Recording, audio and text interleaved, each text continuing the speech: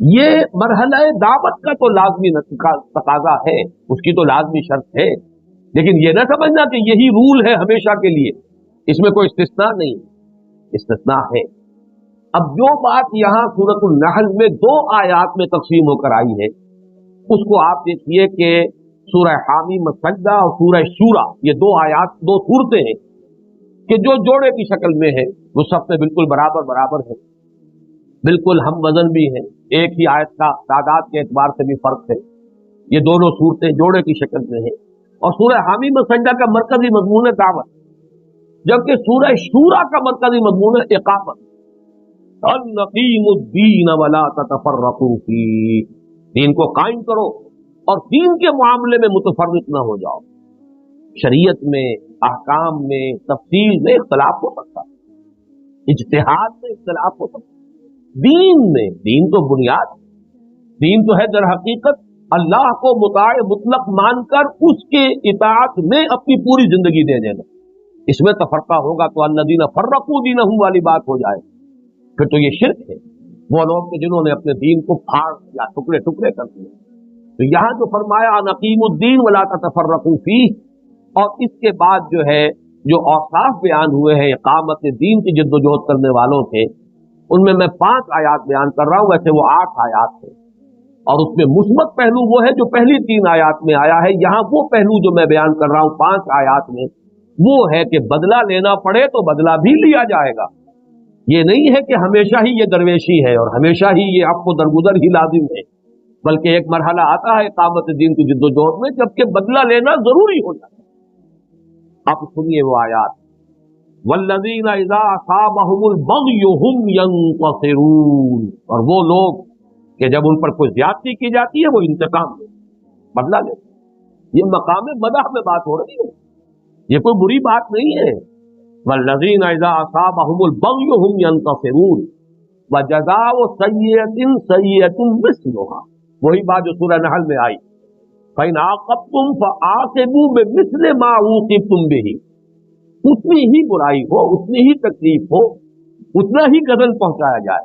تو یہاں بھی فرمایا جزاء سیئۃ سیئۃ مثلھا، برائی کا بدی کا بدلہ برائی اور بدی ہے اس جیسی ہی۔ فمن عفا واصلح فاجرہ علی اللہ، ہاں جو معاف کر دے، اصلاح کے لیے کوشاں رہے، اصلاح ذات البین بھی ہو سکتا ہے اور اصلاح معاشرہ بھی مراد ہو سکتی ہے، اگر اصلاح کے مقصد سے اگر معاف کیا جائے فاجرہ علی اللہ، تو اس کا اجر اللہ کے ذمے ہے، انہ لا یحب الظالمین، یقیناً اللہ تعالیٰ ظلم کرنے والوں کو پسند نہیں کرتا۔ پھر نوٹ کر لیجئے، چونکہ سورت تو ابھی یہ مکی سورت ہے، لہذا جہاں انتقام کی بات آ رہی ہے وہاں بھی صبر کی تلقین ساتھ ساتھ شامل ہے، اس لیے کہ ابھی مرحلہ دعوت کا ہے، ابھی وہ اقامت کے لیے پیش قدمی شروع نہیں ہوئی۔ لیکن اس سے بھی اہم تر آیات آگے ہیں، وَلَا مَنِ انتصر بعد ظلمہ،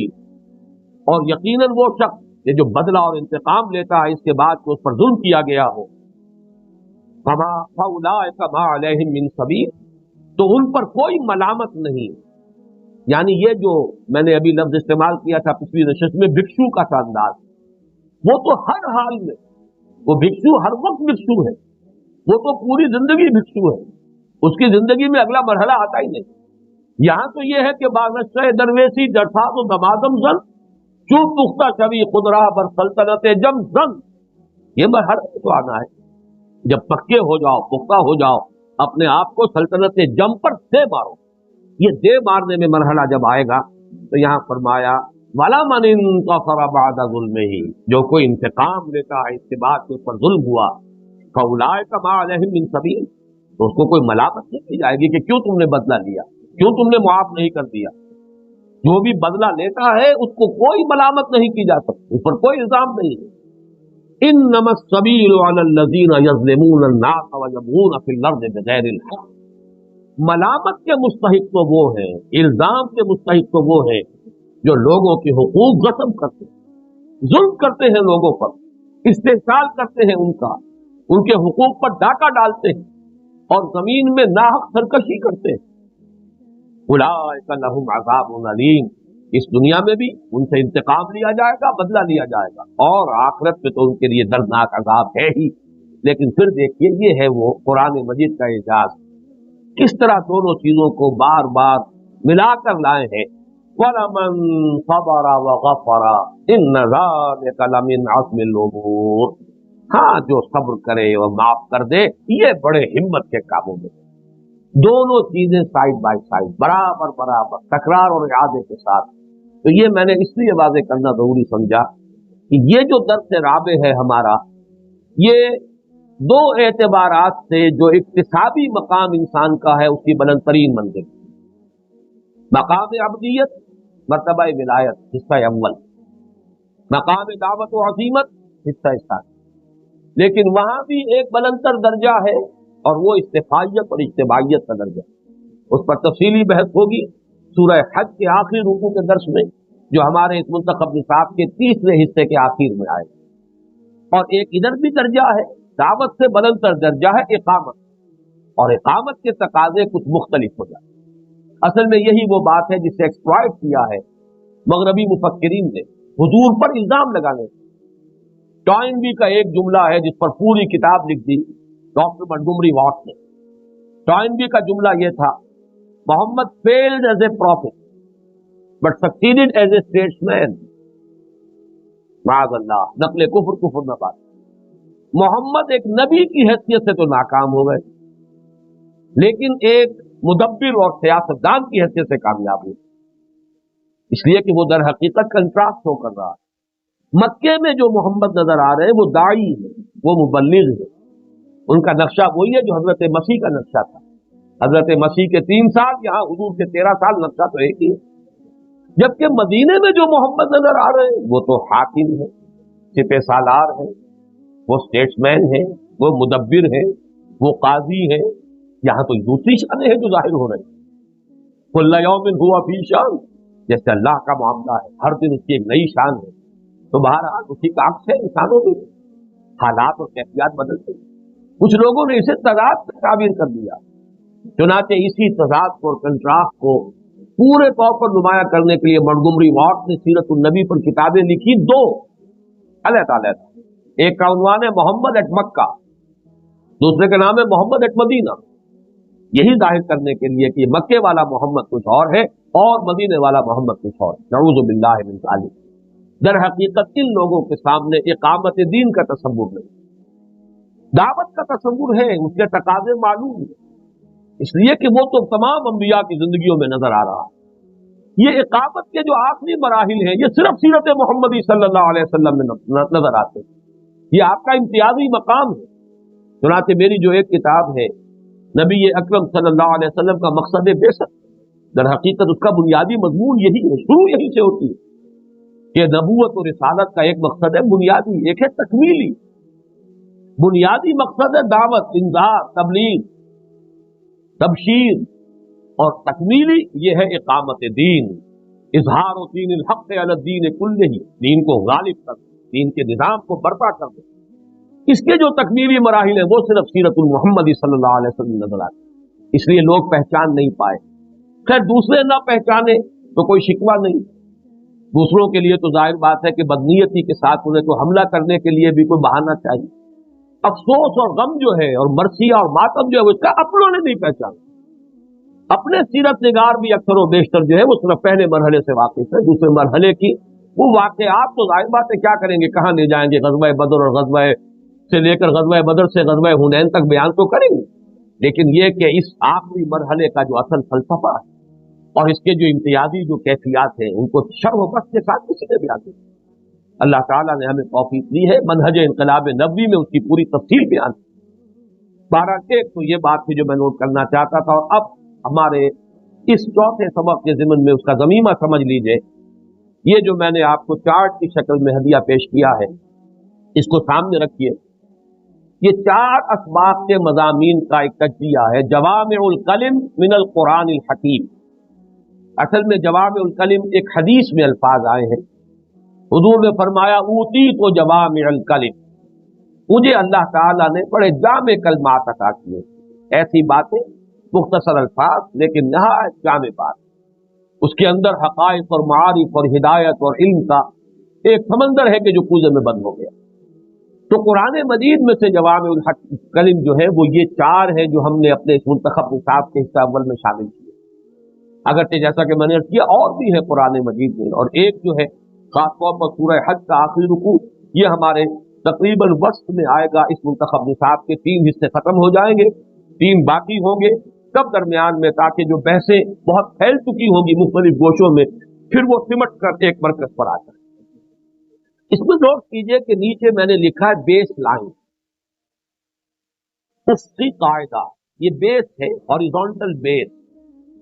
اس بیس میں ایمان، اور نیچے دیکھیے ایرو کا نشان، ایمان اگر حقیقی ہے عمل صالح ہو کر رہے گا، ممکن نہیں ہے کہ ایمان حقیقی ہو اور عمل درست نہ ہو، تو 2 کوڑی کا نہیں وہ ایمان، کیا اس کی حیثیت ہے، کیا قدر و قیمت۔ لیکن حقیقت یہ ہے کہ ایمان واقعی ہو، حقیقی ہو، یقین قلبی کا ہو، عمل پر اس کے اثرات ہوں گے۔ عمل صالح جب میچور ہوگا، دوسرا ایرو ہے تواصب الحق، جیسے کہ درخت جب پک جاتا ہے تو اس میں پھل نورما ہوتا ہے، آم کی گٹھلی سے درخت بنا تھا، درخت میچور ہوا ہے، اب وہی آم لگ رہا ہے اور اس میں پھر وہی گٹھلی برآمد ہو رہی ہے، تو معلوم ہوا کہ عمل صالح جب میچور ہوگا تواصب الحق کا پھل اس میں لگے۔ کہ تواصب الحق اگر کل حق کی ہوگی، پورے حق کو پیش کیا جائے، صرف ان کے ان اجزاء پر اکتفا نہ کی جائے کہ جس سے کسی کو کوئی نقصان نہ پہنچتا ہو، بلکہ وہ بات بھی کہی جائے کہ جس کی کاٹ پڑتی ہو لوگوں کے اوپر، ان کے مفادات پر رد پڑتی ہو، وہ حق کا وہ پہلو بھی اگر بیان کیا جائے تو تصادم ہوگا، ابتلا آئے گی، آزمائش ہوگی، تواصب صبر کا مرحلہ آتا ہے۔ اور اس کے ضمن میں ایک بات رہ گئی تھی سورۃ العصر کے درس کے دوران، اب میں نے اسے باضابطہ لکھ دیا ہے، اور سورۃ العصر کا جو اب نیا ایڈیشن ہمارا نجات کی راہ کی کتاب سے کا نیا ایڈیشن جو شائع ہو رہا ہے اس میں وہ شامل۔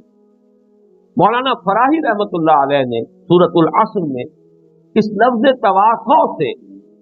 قیام خلافت کے وجوب پر ایک پوری فصل قائم، اس لیے کہ تواصی باب تفاعل ہے، باب تفاعل کے خواص میں مشارکت بھی ہے کہ مل جل کر ایک کام کرے، اور مبالغہ بھی ہے کہ تواصی یہ وصیت ہو بڑی شدت کے ساتھ اور باہم ایک دوسرے کو، تو جب باہم کا لفظ آئے گا تو ایک اجتماعیت گویا کہ اس میں خود بخود پس منظر میں موجود، گویا کہ پہلے 2 کام تو انفرادی سطح پر بھی ہو سکتے ہیں، ایمان اور عمل صالح، لیکن اگلے 2 کام تواصی یہ تو مشارکت باہمی سے ہوں گے، مل جل کر ہوں گے، اجتماعیت لازم ہے، اور اسی سے انہوں نے لزوم نکالا ہے، وجوب ثابت کیا ہے قیام خلافت کا، اور قیام خلافت کیونکہ اس کا دار و مدار ہے اطاعت امیر پر، لہذا اطاعت امیر بھی لازم ہے۔ یہ تمام نتائج جو ہے مولانا فراہی نے سورۃ العصر پر جو انہوں نے اس کی تفسیر لکھی ہے اس میں تفصیل اس کی بیان کر دی،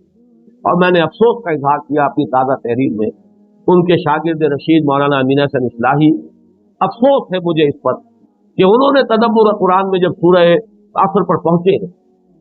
میں نے گن لی ہے، کل 210 سطروں پر مشتمل ہے تدبر قرآن میں مولانا اصلاحی صاحب کی تفسیر سورۃ العصر، اس 210 میں سے پوری 140 سطریں مولانا فراہی کی تفسیر سے مستعار ہیں، اقتباسات کی شکل میں، 2/3 مولانا فراہی کی تفسیر، لیکن افسوس کہ اس فصل کو بول کر اصل میں یہ ہے در حقیقت کے انسان کے اندر ترقی معکوس جب شروع ہو جاتی ہے، عمل آگے نہیں بڑھے گا، فکر جو ہے اس کے اندر بھی اس میں لال آ جائے، نہ ہو نومیدی زوال علم و عرفان، زوال علم و عرفان انسان کے اندر کہ لا یعلم من بعد علم شیئا، اور یہ ہو سکتا ہے کہ ضعیفی کا نتیجہ ہو، اور ہو سکتا ہے کہ جماعت اسلامی سے علیحدگی کے بعد چونکہ وہ کوئی اجتماعی جد و جہد جاری نہیں رکھ سکے، لہذا یہ اس کا در حقیقت رد عمل ہے۔ بہرحال بہت افسوسناک بات، یہاں اس بیس لائن سے آگے بڑھیے، پہلا سبق لوازم نجات، ایمان، عمل صالح، تواصب الحق، تواصب الصبر۔ دوسرا، اب یہ اس کو اوپر دیکھیے، عمودی ترقو، یہ جو ورٹیکل لائن ہے یہ ہے ترقو کا، بلندی کی طرف، بیس لائن سے 1 درجہ بلند ہے یہ حقیقت بر و تقوی۔ نوٹ کیجئے، ایمان کے ضمن میں وہاں ایمان اللہ پر، یوم آخر پر، فرشتوں پر، انبیاء کرام پر، آسمانی کتابوں پر۔ عمل صالح کی 3 بڑی بڑی شاخیں، انسانی ہمدردی اور خدمت خلق میں مال کا انفاق، نمبر 2 عبادات، نماز اور زکوٰۃ کا انتظام، نمبر 3 معاملات کے ضمن میں ایفاء عہد، والموفون بعہدہم اذا عاہدوا۔ تیسرا خانہ وہاں خالی ہے، اگرچہ مقدر ہے، یہ میں تفصیل بیان کر چکا ہوں، انڈرسٹوڈ تو ہے لیکن صراحتاً مذکور نہیں۔ چوتھے میں صبر کے بھی 3 ہی مراحل وہاں بیان ہو گئے، صبر فقر و فاقہ پر، تکلیف میں، اور سب سے بڑھ کر جنگ میں۔ اب اور اوپر چلیے، پھر وہ ایرو کا نشان دیکھیے، یہ درس سوم جو ہے یہ مقام و مرتبہ عظیمت، سورہ لقمان کا دوسرا رکوع، اس میں اللہ کے شکر کا التزام اور شرک سے اجتناب ایمانیات کے ضمن میں، اور دوسرے اعمال کی جزا و سزا کا یقین، اور نمبر 3 اللہ کے 4 اسماء جیسا کہ میں نے آج گنوائے، غنی، حمید، لطیف اور خبیر، یہ چیزیں ہیں جو ایمان کے ضمن میں آئیں تیسرے سبق میں۔ عمل میں والدین کے ساتھ اس سے سلوک، اتباع اور اطاعت اس کی جو خود اللہ کی جانب رخ کیے ہوئے ہو، اقامت صلاۃ، تکبر اور خود پسندی سے گریز، ولا تصعر خدک للناس ولا تمش فی الارض مرحا، میانہ روی اور حلم، یہ حلیم متبع ہونا انسان کا، میانہ روی، وقت کی مکے کا مغضوب من صوت، ان انکر الاصوات لصوت الحمیر۔ تیسری چیز تواصی بالحق کے ضمن میں امر بالمعروف اور نہی عن المنکر، جو کچھ بیتے اس پر صبر، یا بنی اقم الصلاۃ وامر بالمعروف وانہی عن المنکر واصبر علی ما اصابک۔ اور یہ بلند ترین درجہ، حظ عظیم اور مرتبہ ولایت، وہ یہ ہے۔ سورہ حامیم سجدہ کی آیات 30 سے 36، اس میں ایمانیات کے ضمن میں کیا چیزیں آئیں؟ اللہ کی ربوبیت پر دل کا مطمئن ہونا، ٹھک جانا، ان الذین قالوا ربنا اللہ ثم استقاموا، فرشتوں پر ایمان، فرشتوں کی تائید و نصرت پر ایمان، فرشتوں کی طرف سے حوصلہ افزائی، ثابت قدمی کے لیے، ثبت الذین آمنوا، اے فرشتوں جاؤ اہل ایمان کے دلوں کو اور قدموں کو جمع کرو۔ تیسری چیز آخرت اور خاص طور پر جنت کی نعمتوں کا ذکر، وَلَكُمْ فِيهَا مَا تَشْتَهِي أَنفُسُكُمْ وَلَكُمْ فِيهَا مَا تَدَّعُونَ۔ چوتھی چیز 4 صفات و اسماء، غفور، رحیم، سمیع اور علیم۔ عمل کا معاملہ ایک تو آیا استقامت کے حوالے سے، ثم استقاموا، استقامت ظاہری میں بیان کر چکا ہوں، اطاعت، یہ ہے مرتبہ عبدیت، مقام عبدیت۔ پھر عمل صالح خود آیا، لفظ جو کا تو موجود، ومن احسن قولا ممن دعا الی اللہ وعمل صالحا۔ نمبر 3 تواضع، وہ اننی من المسلمین، تواضع اور تفقع سے اجتناب۔ اور نمبر 4 علم، علم کس میں؟ اپنے آپ کو یہ نہ سمجھو کہ تم پر کبھی شیطان حملہ آور ہو ہی نہیں سکتا، کبھی یہ خیال نہ کرنا، یہ تکبر نہ ہو، بلکہ سمجھو کہ حد تک شیطان گھات میں ہوگا، وہ تمہیں اکسائے گا، تمہارے اندر اشتعال پیدا کرے گا، لہذا علم کی ضرورت، روکو اپنے آپ کو اور اللہ کی پناہ طلب کرو۔ اور یہاں تیسرا جو مضمون تھا تواصی بالحق، اس کے ضمن میں اہم اصطلاح آ گئی دعوت الی اللہ۔ چوتھی بات جو ہے اس کے لیے عنوان میں نے رکھا ہے صبر کی معراج، یعنی صبر ایک تو یہ ہے کہ جو آئے جھیل لے، جو نیچے لکھا ہوا ہے تیسرے درس کے ضمن میں، جو کچھ بیتے اس پر صبر، واصبر علی ما اصابک، جو تکلیف آئے، جو مصیبت آئے، والصابرین فی البأساء والضراء وحین البأس، اور یہاں آگے آ گیا جو کچھ صبر، جو کچھ بیتے اس پر صبر، اور یہاں یہ اس سے آگے بڑھو، نہ صرف یہ کہ جو کچھ بیتے اسے جھیلو، بلکہ ادفع باللتی ہی احسن، برائی کا بدلہ بھلائی سے، گالیوں کے بدلے دعائیں، پتھروں کے جواب میں پھول، یہ معراج ہے صبر۔ یہ ہے در حقیقت ایک صفحے میں ان 4 اسباق کے مضامین کا تجزیہ، ان کے مابین جو ربط ہے۔ بہت سے حضرات جو ہے صرف اس ایک جملے سے پریشان ہو جاتے ہیں کہ سورۃ العصر جو ہے یہ لوازم نجات کا کم سے کم سطح پر بیان ہے۔ در حقیقت اس سے مراد یہ ہے کہ یہ بیس لائن ہے، یہ 4 عنوانات، 4 کھاتے کھول دیے گئے، ہر شے میں بلندی ہوگی، ہر شے میں طرف ہوگا، ایمان میں بلندی، ایمان میں طرف ہو، عمل صالح میں بلندی، اس میں طرف ہو، اسی طرح دعوت میں، دعوت و عظیمت میں ترقی، اسی طریقے سے صبر کے بلند سے بلند مراتب۔ اور جیسا کہ میں اس سے پہلے عرض کر چکا ہوں، اس میں ترقی اگر توازن سے ہوگی، اعتدال سے ہوگی، تو یہ صحت کی علامت ہے۔ کچھ تھوڑا بہت فرق و تفاوت یہ قابل برداشت ہے، نہ صرف قابل برداشت ہے بلکہ قرین قیاس بھی، اس لیے کہ اللہ نے تمام مزاج انسانوں کو ایک جیسے نہیں بنائے۔ کوئی ایکسٹروورٹس ہیں، کوئی انٹروورٹس ہیں، کوئی ایمبیورٹس ہیں، مختلف مزاج ہیں لوگوں کے، کچھ غور و فکر کا مادہ زیادہ رکھتے ہیں، کچھ بھاگ دوڑ کی صلاحیت زیادہ رکھتے ہیں. یہ تو اللہ تعالیٰ کی تخلیق میں، اس کی صنائی میں مونوٹنی نہیں ہے، تنوع. اس اعتبار سے کچھ فرق، کچھ لوگوں کو ایمان سے زیادہ شغف ہو، اس کے لیے زیادہ کوشش کر رہے ہوں، کچھ لوگ اپنی انفرادی تزکیے کے اندر زیادہ کوشاں ہوں، لیکن ایسا نہ ہو کہ دعوت کا مرحلہ بالکل ہی بند ہو، یہ خانہ ہی نہ کھلا ہو، اقامت دین کی جد و جہد کا سرے سے کہیں آغاز ہی نہ ہو. یہ معاملہ جو ہے یہ پھر غیر متوازن بات ہو جائے گی. اسی طریقے سے کچھ لوگ وہ دعوت اور اقامت اس میں تو بڑھ چڑھ کر آگے جا رہے ہیں، لیکن خود ایمان کی گہرائی اور گہرائی کی کوئی فکر ہی نہ ہو کہ اس میں بھی کوئی اضافہ ہونا چاہیے، کچھ اپنے عمل کے اندر ترقی کا کوئی خیال ہی نہ ہو. تو اگر یہ عدم توازن بہت نمایاں ہو جائے، بہت ہی اس میں فرق و تفاوت جو ہے بہت بڑھ جائے، تو یہ پیتھولوجی ہے، یہ بیماری ہے، جس کی ایک مثال تو در حقیقت وہ حدیث جو میں بارہا بیان کر چکا ہوں سورۃ العصر والے کتاب کے میں بھی موجود ہے کہ اللہ تعالیٰ نے حکم دیا حضرت جبرائیل کو ایک شہر پر عذاب نازل کرنے کا. اوح اللہ عز وجل الی جبرائیل علیہ الصلوۃ والسلام ان اقلب مدینۃ کذا و کذا باہلہا، فلاں فلاں بستیوں کو الٹ دو اس کے رہنے والوں سمیت. قال فقال، حضور فرماتے ہیں اس پر حضرت جبرائیل نے عرض کی یا رب ان فیہا عبدک فلانا لم یعصک طرفۃ عین، پروردگار اس میں تو تیرا وہ بندہ بھی ہے جس نے کبھی پلک جھپکنے جتنی دیر بھی معصیت میں بسر نہیں کی، پھر بھی الٹوں. فرمایا ہاں الٹ دو، اقلبھا علیہ وعلیہ، الٹو اس کو پہلے اس پر پھر دوسروں پر. فإن وجهه لم يتمعر في ساعة قط، اس لیے کہ اس کی بے حسی اور بے غیرتی کا